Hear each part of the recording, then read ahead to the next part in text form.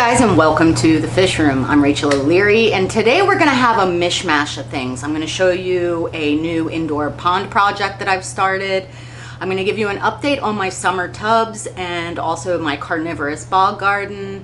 We're going to move some of those fish that I showed you in last week's species spotlight into the display tank and see how they behave.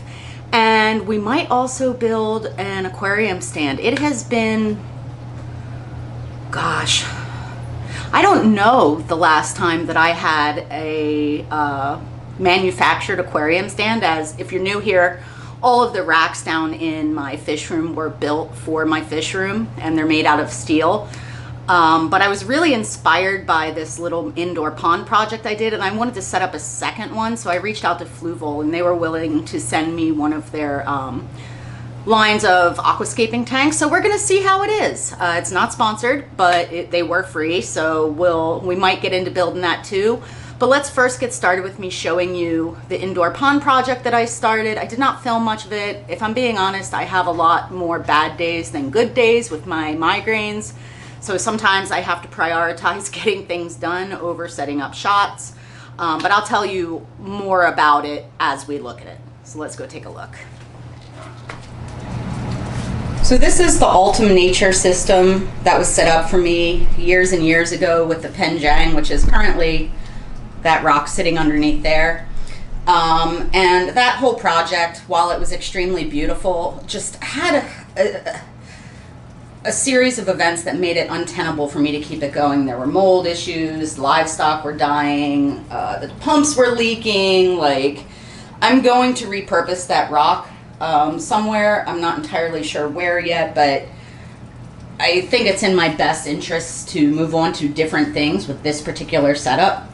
Anyway, so I showed in some of my shorts cleaning this tank. It was sort of successful. You can still see the hazy hard water line along the surface, the rim of this tank. I'm really not sure how to get rid of that, so we'll probably just live with it. This tank is being set up for those little green carplets.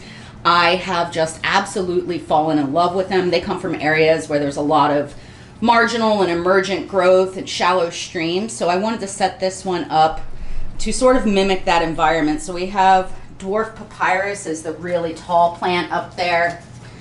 Then as you go down, we have this plant here, which flowers yellow. We'll see if this light gives enough light for it to do so. It's called miniature spearwort, ranunculus flammula. Really tiny little delicate yellow flowers. I'm pretty excited about it. The taller grassy stuff is blue-eyed grass, which I am not sure how to pronounce this. Sisyrinchium montanum.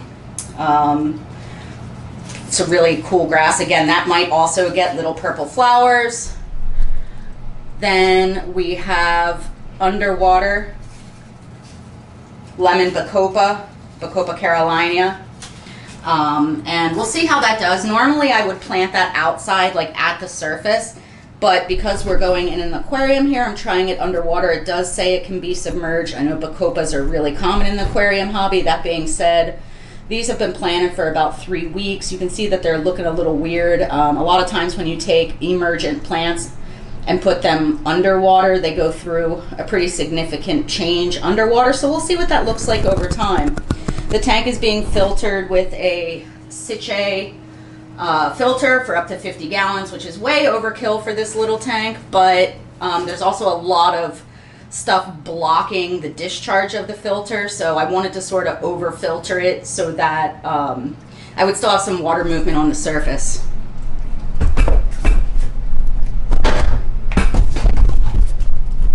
So the discharge comes out behind all those plants. You can sort of see the water rippling there, and then the intake is all the way over in the corner. Now let's take a closer look real quick because I want to kind of show you this stuff.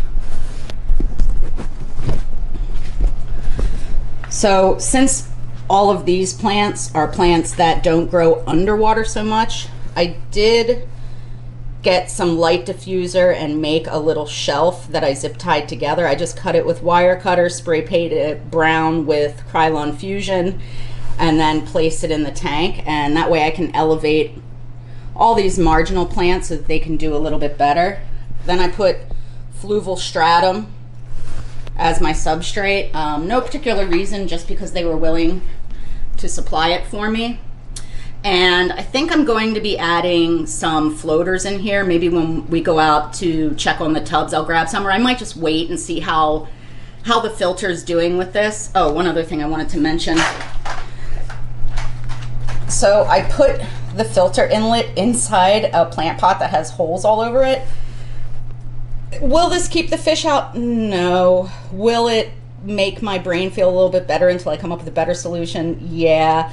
The inlets on the suction on these pumps have kind of an open weave basket, but there is a little ball in there that prevents fish from being sucked into the tube.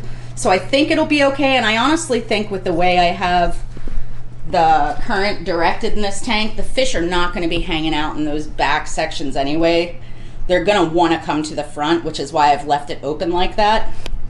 And hopefully that'll make them nice and visible and active for us. Now, as with any new tank, I'm going to let this mature for probably at least a month. I did add seeded bacteria to the filter, so in theory I could move the fish over, but I'm getting ready to go on a vacation for a week, so I don't want to move fish into a new setup without being here to look after them.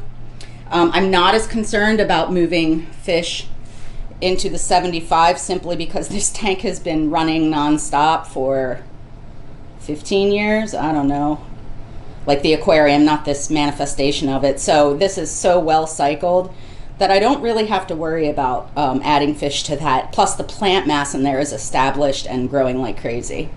Let's go ahead and grab those little Rasbora lacrimula and move them into here and take a look. Catching fish out of my top row, even when I was super healthy and feeling fabulous, was not easy. Basically what I'm going to do is take a bucket up with me, pull out most of the plant matter, and try and catch some fish. I might have to do it in stages. We'll see. We may start that, go outside, come back in, whatever. Little fish like to hide. There's hiding places in there, so unless I remove them, I won't be able to catch them. And the bigger obstacle is there is very little clearance above the tank, so you have to use a short-handled net, which is not my favorite for catching fish. Anyway, let's get started.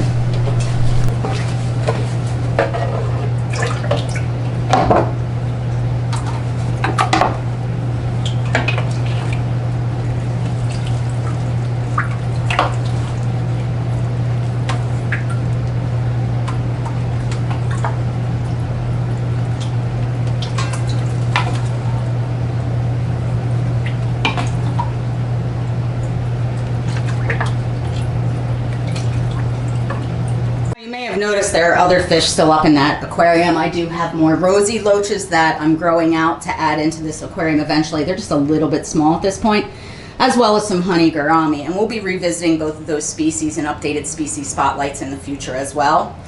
Right now all I'm going to do is take these lacrimula, pour them through a net, and add them to the aquarium.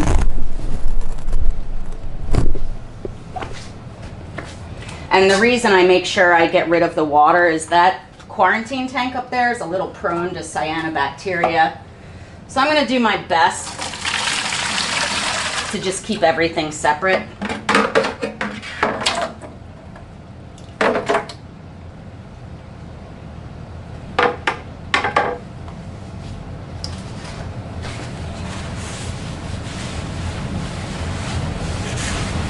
Now, you guys saw I just introduced those guys. Let's take some of our freeze-dried blackworms and see if they'll eat right away. I'm kind of expecting them to, simply because they're so outgoing and the water parameters are same both aquariums, but we'll see. Okay, so just lowered my camera so we can get a more accurate size, and as you can see, the chopre are immediately feasting and the lacrimula are coming out of the woodwork, as are the rosy loaches and the zebra loaches that are in here. I think it's safe to say that nobody's particularly stressed and everybody's looking pretty happy. This tank has been really fun to restock, and I wanted to thank Dominic over at newaquashop.com again. I forgot to mention him in my Species Spotlight. He is the sponsor of my Species Spotlights, and you can get 10% off any order at his website by using code Rachel10.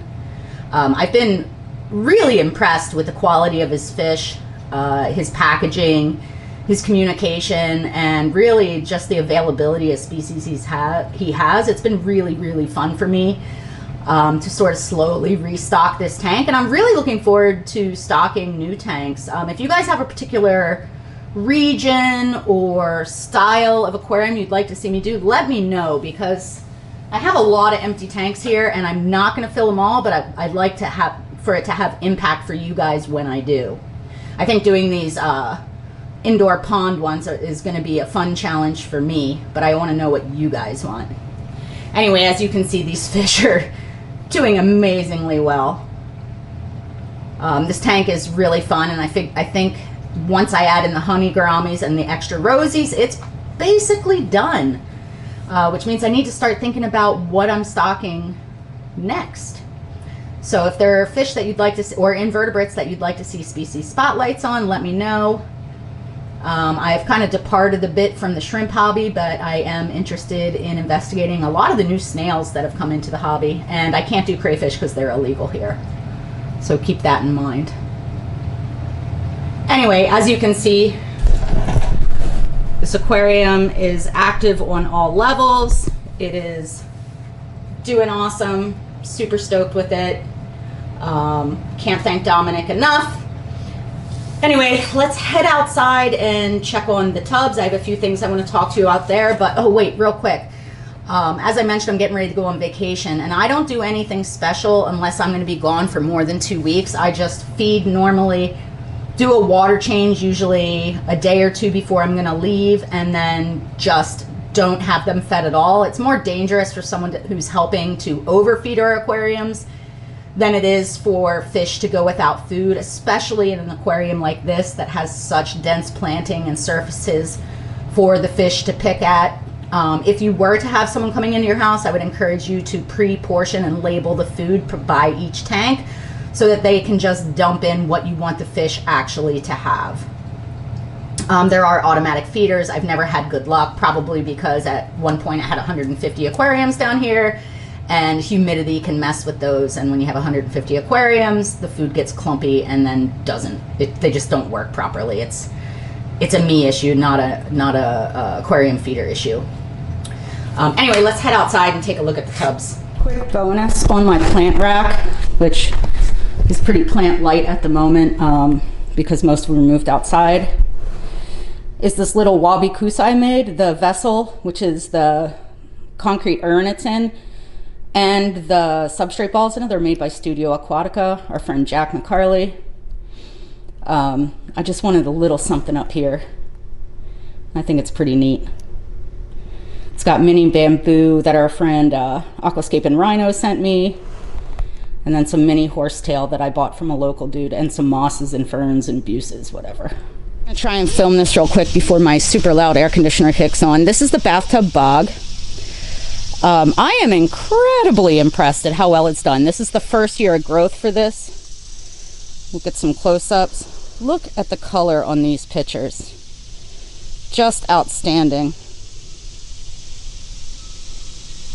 I can't wait for next year when they all have flower spikes. This year only a couple did because, again, this was their first year. I'm also letting the flower spikes go, like grow and go to seed on all the sundews and Venus flytraps so that they'll hopefully inoculate with more. But look at the size of these traps.